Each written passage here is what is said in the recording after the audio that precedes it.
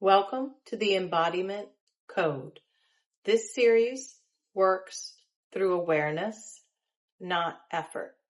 You're welcome to listen without participation in any of the practices. You can pause, stop, or return later at any point. Feeling nothing is still participation. Nothing here requires fixing, pushing, or achieving.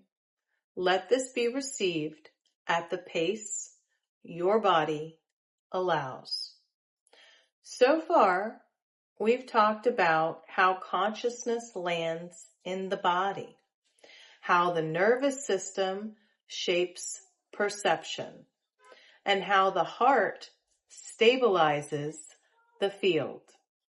Today, we're talking about identity, not the story of who you are, but how the body confirms it. So Laura, why can't the mind alone hold a new identity? Because identity isn't just a thought, it's a lived experience. The body grounds what the mind imagines. Without bodily sensation, the new identity stays abstract, never fully integrated. Interesting. So a lot of people try to become someone new by thinking differently. Why do those identities never last? They fade because thoughts are fleeting, but the body holds our habits and patterns. To make identity last, we need to embody it through consistent actions, sensations, and postures. That's where true integration happens. So it's the creation of habits. You can't just say something. You have to talk the talk and walk the walk, or else it's just talk. That makes perfect sense. So when identity is truly embodied, what does that feel like to us internally? How do we know when we're doing it right? You'll feel a calm congruence, like your actions, breath, and posture are aligned with what you say you are. There's less inner friction, less effort to maintain. It feels natural, steady, and fully lived. It just feels honest and authentic. So people often think embodiment means to change how they look or how they act.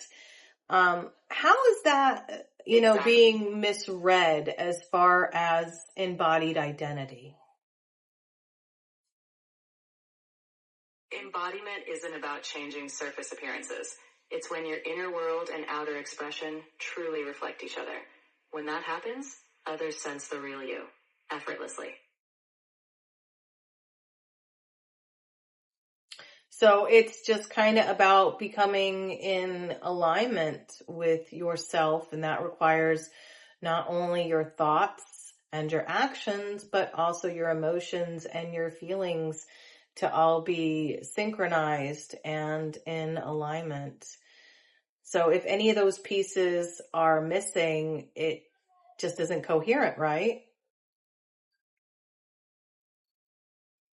You've got it. When thoughts, emotions, and actions all align, there's a sense of wholeness. If one piece is off, it feels disconnected, like the puzzle's incomplete. Embodiment is when all those layers harmonize into your lived presence. Okay. So we're going to go ahead and take a minute here. This is a completely optional exercise. Listening is enough. Notice how your body is positioned right now. There's no need to change anything at all. We're just bringing some awareness to the situation. So gently notice your breath. Is it high? Is it low? Is it neutral? Again, absolutely no correction. We are just becoming aware of our bodies right now, just kind of tuning in to the way that we feel so that we're not ignoring. Finally, notice the tone of your body, the general readiness or softness you feel. Do you feel very alert? Do you feel very relaxed? How do you feel in your own skin right now? This combination that we're becoming aware of today, the posture, the breath, and the tone, is actually how identity lives in the body. No imprinting required, just noticing. So after this exercise, let's move on to talking about the signal. If someone's identity is becoming more embodied, where would we notice it first?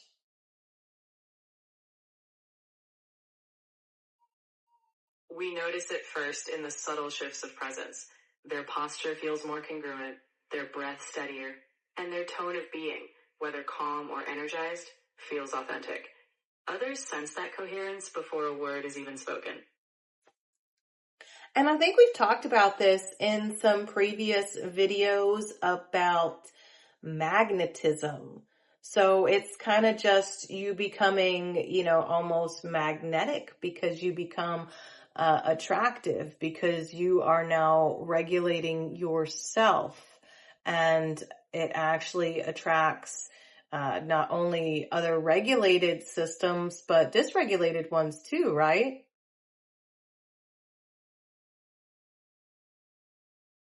Exactly.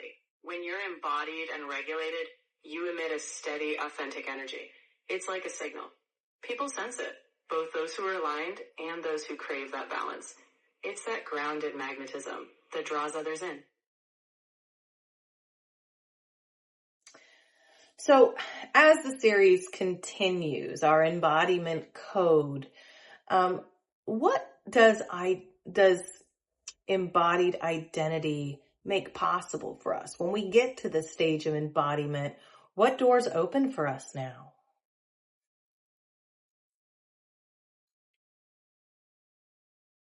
When identity is embodied, you act from a place of ease.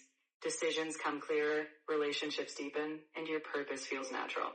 You're not performing, you're just living fully, and that creates space for growth, creativity, and deep connection within yourself and with others. So we just kind of become more open. If someone is listening to this video and they're like, I don't feel like who I want to be yet. Like they know that they're changing. They know that they're going to be somebody else, but they're still very much in the becoming phase. What's something that they should remember as they evolve?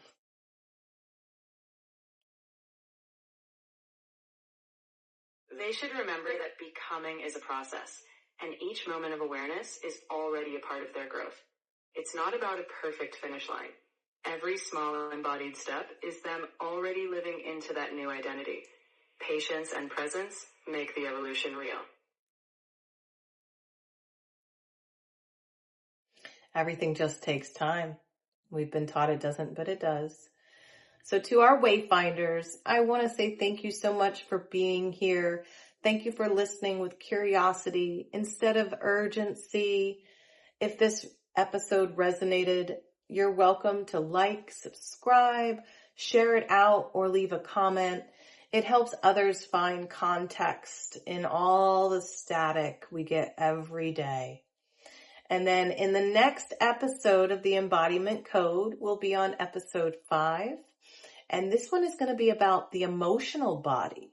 We'll explore how emotions code our entire timelines, plural. The difference between emotional velocity and actual stagnation, and how creators shift state without suppressing. So, Laura, would you like to go ahead and sign out for us today? And give us just a little bit more on that episode 5, please.